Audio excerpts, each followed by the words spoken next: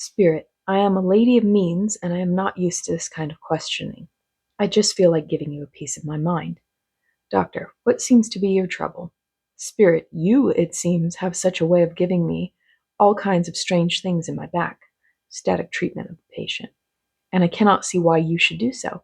You have also kept me in prison. It must have been you that put me in prison. Who are you, anyway? Doctor, I am a friend, and I want to talk to you. Spirit, in the first place, I do not know you, and in the second place, I have nothing to talk to you about. Who are you? Tell me your name. Doctor, I am Dr. Wickland. Spirit, I really didn't mean to ask your name, for I am not at all interested to know it. Doctor, wouldn't you like to go to the spirit side of life? Spirit, I do not like to hear about such things. I am no spirit. Doctor, look at your hands. Do they belong to you? Spirit, you are the means of my having been kept in prison so long, and now you are trying to show me things that are not true, and so I will not listen to you. Doctor, how did you happen to come here? Spirit, I do not know myself. It is very curious. I seem to be in prison, and before I knew anything, I was here. I do not see how I came. There were a whole lot of us, and somehow I have been left alone. I have been in prison, but I do not know what I have done.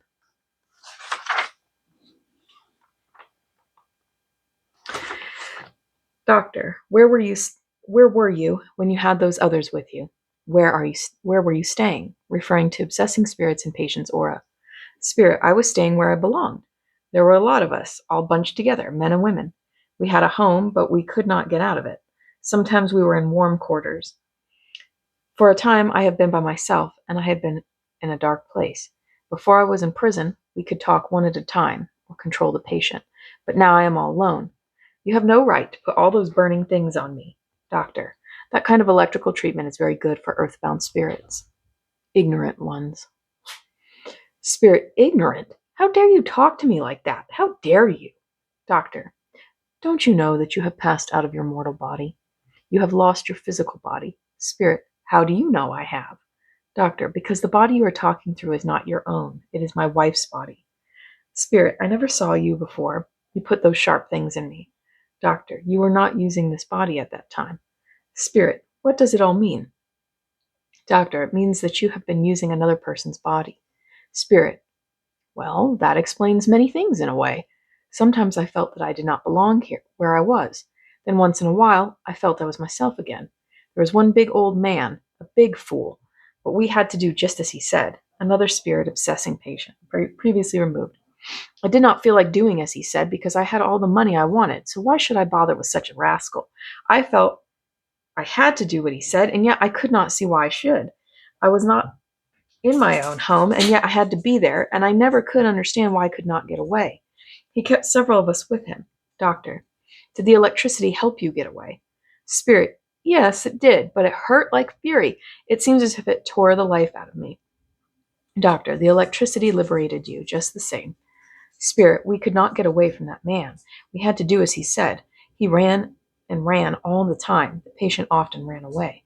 And we had to do the same. There was a little girl, and she cried all the time. Obsessing spirit previously dislodged from the same patient.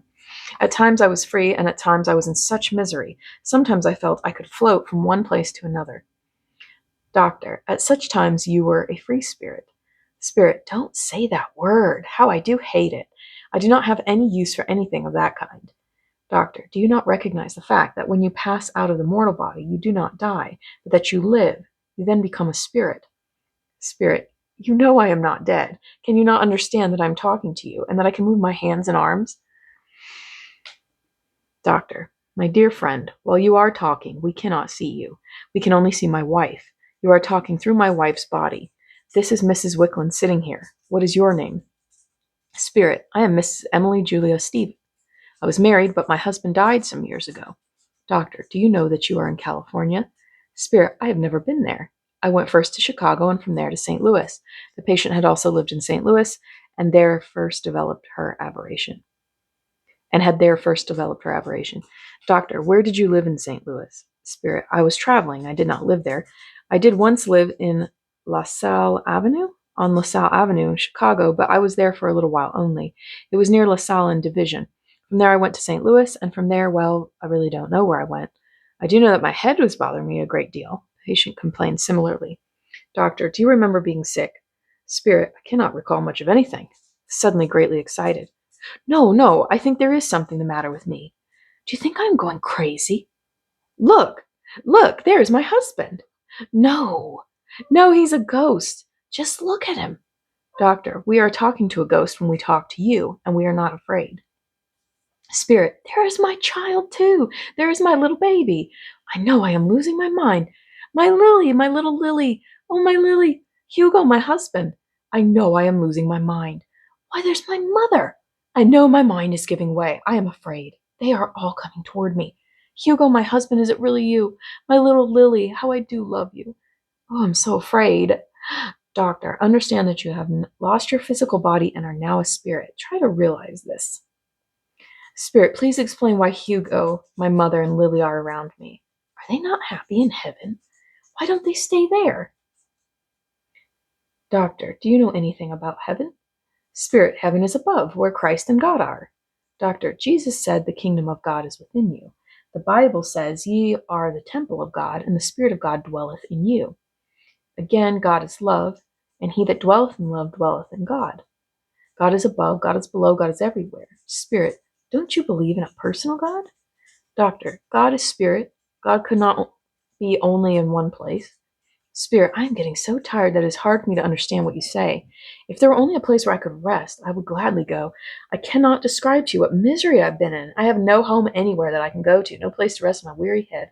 I went from one place to another, and I could not find home or peace. I have prayed that I might find rest just for a little while, but somebody always comes and disturbs me. There were so many around, each crowding the other, and I probably was mean myself, but I could not help it. I felt as if a wild beast had gotten hold of me, and I fought everybody like a tiger, and when I was through, I was weak for days and days. I suffered terribly.